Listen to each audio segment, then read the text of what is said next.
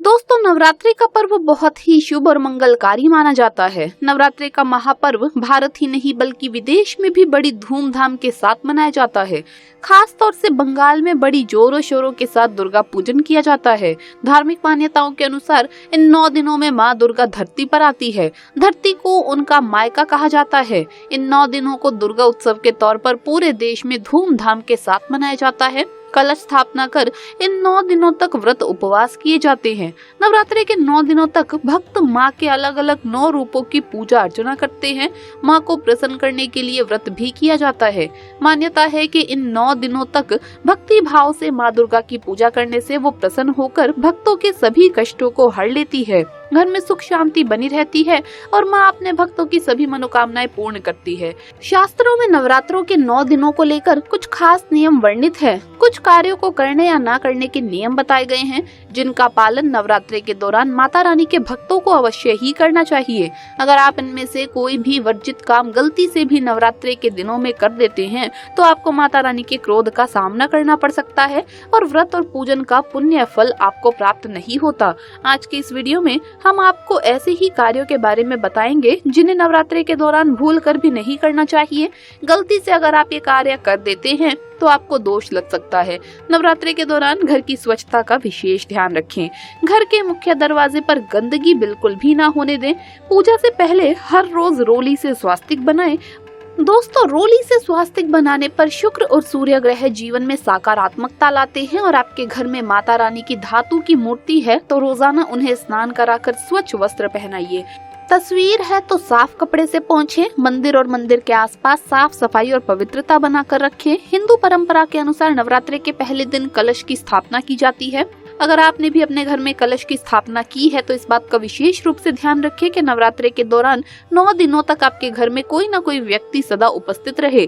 अपने घर को खाली छोड़कर कभी ना जाए। घट स्थापना के बाद अगर आप घर को खाली छोड़कर जाते हैं तो इससे आपको नवरात्रि व्रत और पूजन का पुण्य फल प्राप्त नहीं होता। माता रानी क्रोधित हो जाती है। दोस्तों, जरा आप ही सोचिए, नवरात्रि के पूरे 9 दिनों तक माता रानी आपके घर में आती है और आप ऐसे में माता को अकेला छोड़ देंगे तो माँ को बुरा लगेगा और वह आपके घर से हमेशा हमेशा के लिए चली जाएंगी।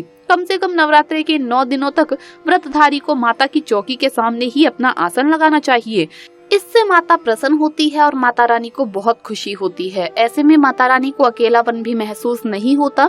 इसीलिए इन 9 दिनों तक आपको माता रानी को अकेला नहीं छोड़ना चाहिए। आपको माता रानी के पास में ही सोना चाहिए, क्योंकि माता रानी सब देखती है और अपने सच्चे भक्त की हृदय से निकली पुकार को अवश्य ही सुनती है।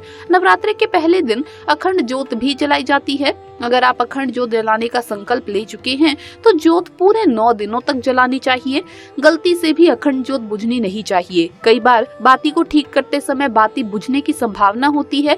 इसीलिए जब भी आप अखंड ज्योत की बाती को सही करने जाएं तो अखंड ज्योत में से ज्योत लेकर आप एक दूसरे दीपक को भी जलाकर पास में रख दें और फिर अखंड ज्योति की बाती सही करें। अगर उस वक्त गलती से भी आपकी बाती बुझ भी जाती है तो जो आपने दूसरे दीपक में ज्योत जला कर रखी है उसी ज्योत से आप वापस अखंड ज्योत को जला दे तो इससे बाती बुझने का दोष नहीं लगता। दोस्तों, धर्म शास्त्रों के अनुसार नवरात्रि का पर्व या कोई भी पूजा पाठ हवन आदि कर्ज लेकर नहीं करना चाहिए। नवरात्रि में जो व्यक्ति कर्ज लेकर माता रानी का व्रत रखता है, उपवास आदि रखता है तो ऐसा व्रत कभी पूरा नहीं माना जाता। माता रानी की सच्चे हृदय से भक्ति करें, माँ आपसे प्रसन्न अवश्य होंगी। माता रानी को सच्चे हृदय से ही 1 रुपए के बताशे भी अर्पित करने से ही वो प्रसन्न हो जाती है। बस मन में सच्ची श्रद्धा होनी चाहिए। कर्ज लेकर माता रानी के जो व्यक्ति व्रत रखता है उसके ऊपर कर्ज और हो जाता है, जो कि शनि देव ने भी कई बार इस बात को दोहराया है। कर्ज लेकर कोई व्रत आदि नहीं रखना चाहिए, पूजा पाठ हवन आदि नहीं करना चाहिए। हमेशा अपने पैसों से ही कोई शुभ कार्य करना अच्छा माना जाता है। माता रानी मात्र एक मिश्री के टुकड़े से भी प्रसन्न हो जाती है। बस आपके दिल में माता का वास होना चाहिए। सच्ची श्रद्धा के आगे आपके करोड़ों रुपए भी बेकार है। दोस्तों, नवरात्रि में माटी के दिए दान करने से बहुत ही शुभ माना जाता है। नवरात्रि में घर में दिए लाना अति उत्तम माना जाता है। इससे घर की प्रगति होती है। घर के दरवाजों पर शाम होते ही नवरात्रि में 2 दीपक अवश्य जलाने चाहिए। इससे माता वैष्णो का आगमन होता है। नवरात्रि में व्रत करने वालों को 9 दिनों तक धार्मिक ग्रंथों का अध्ययन जरूर करना चाहिए। इन दिनों दुर्गा सप्तमी या फिर दुर्गा चालीसा का पाठ करें।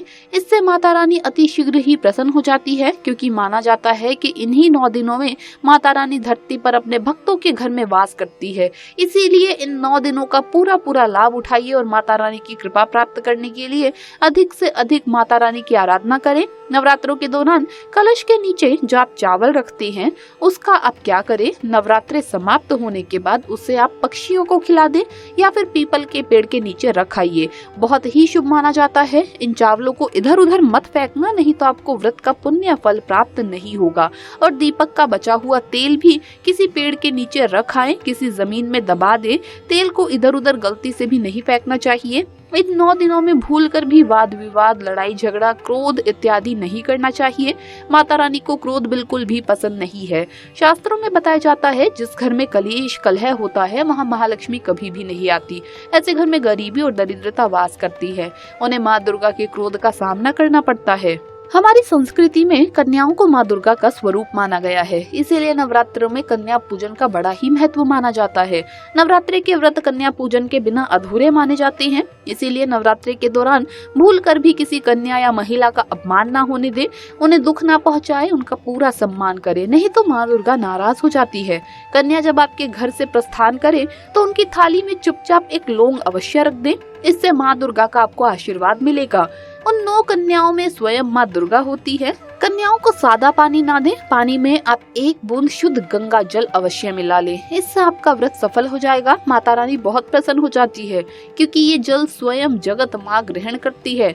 माता रानी को प्रसन्न करने के लिए इस बात का भी विशेष ध्यान रखिए। देवी भागवत पुराण के अनुसार नवरात्रि के व्रत रखने वाले व्यक्ति अगर हिंसा करते हैं, कलेश कलह करते हैं, तो उन्हें अपने व्रत और पूजन का फल प्राप्त नहीं होता।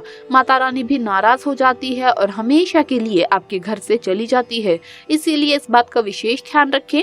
हर कलेश कलह वाद विवाद से बचे। नवरात्रि के दिनों में मानसिक धैर्य रखना बहुत आवश्यक होता है। मन में किसी के बारे में बुरे विचार न रखे, बुरे विचार मन में ना आने दे, किसी को दुख दर्द ना पहुंचाए। नवरात्रि के दिनों में हर एक व्यक्ति को ब्रह्मचर्य का पालन जरूर करना चाहिए। अक्सर लोग सोचते हैं कि हम पूजा पाठ करने के बाद ऐसा कर लेंगे, लेकिन ये घोर पाप है।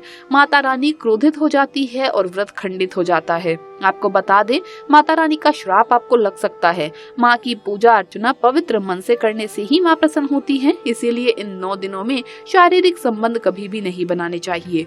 दोस्तों, नवरात्रि में शुभ अवसर पर सात्विकता का भी विशेष ध्यान रखना चाहिए। नवरात्रि के व्रत का पूरा लाभ पाने के लिए आपके आहार विहार और विचारों में तामसिकता नहीं होनी चाहिए। इन दिनों तामसिक चीजों का सेवन करने से बचें। प्याज, लहसुन, मांस, मदिरा इत्यादि का सेवन भूलकर भी ना करें। नवरात्र का व्रत रखने वालों को व्रत के दौरान अन्न और सरसों के तेल और सादे नमक का सेवन नहीं करना चाहिए। नवरात्रि के 9 दिनों तक पूर्ण रूप से सात्विक आहार ले। फलाहार भी एक ही जगह पर बैठकर ग्रहण करें। चल फिरकर उठकर बैठकर भोजन ना करें। जमीन पर एक ही स्थान पर बैठकर भोजन ग्रहण करना चाहिए। नवरात्रि के व्रत का भोजन अगर आप एक बार खाने के लिए बैठे तो दोबारा आप तभी उठे जब आपका पेट भर जाए। नवरात्रि के 9 दिनों में बाल नहीं काटने चाहिए। पुरुषों को दाढ़ी मूछ भी नहीं बनानी चाहिए। नाखून भी नहीं काटने चाहिए। बाल काटना, दाढ़ी मूछ बनाना हमारे धर्म शास्त्रों में अशुभ माना गया है। इन दिनों शुभ और मंगलकारी कार्य किए जाते हैं। इसीलिए नवरात्रों के दिनों में दाढ़ी बनाने और बाल और नाखून काटने से बचें। दोस्तों, विष्णु पुराण के अनुसार नवरात्रि का व्रत रखने वालों को दिन में नहीं सोना चाहिए। तंबाकू और सिगरेट का सेवन भी नहीं करना चाहिए।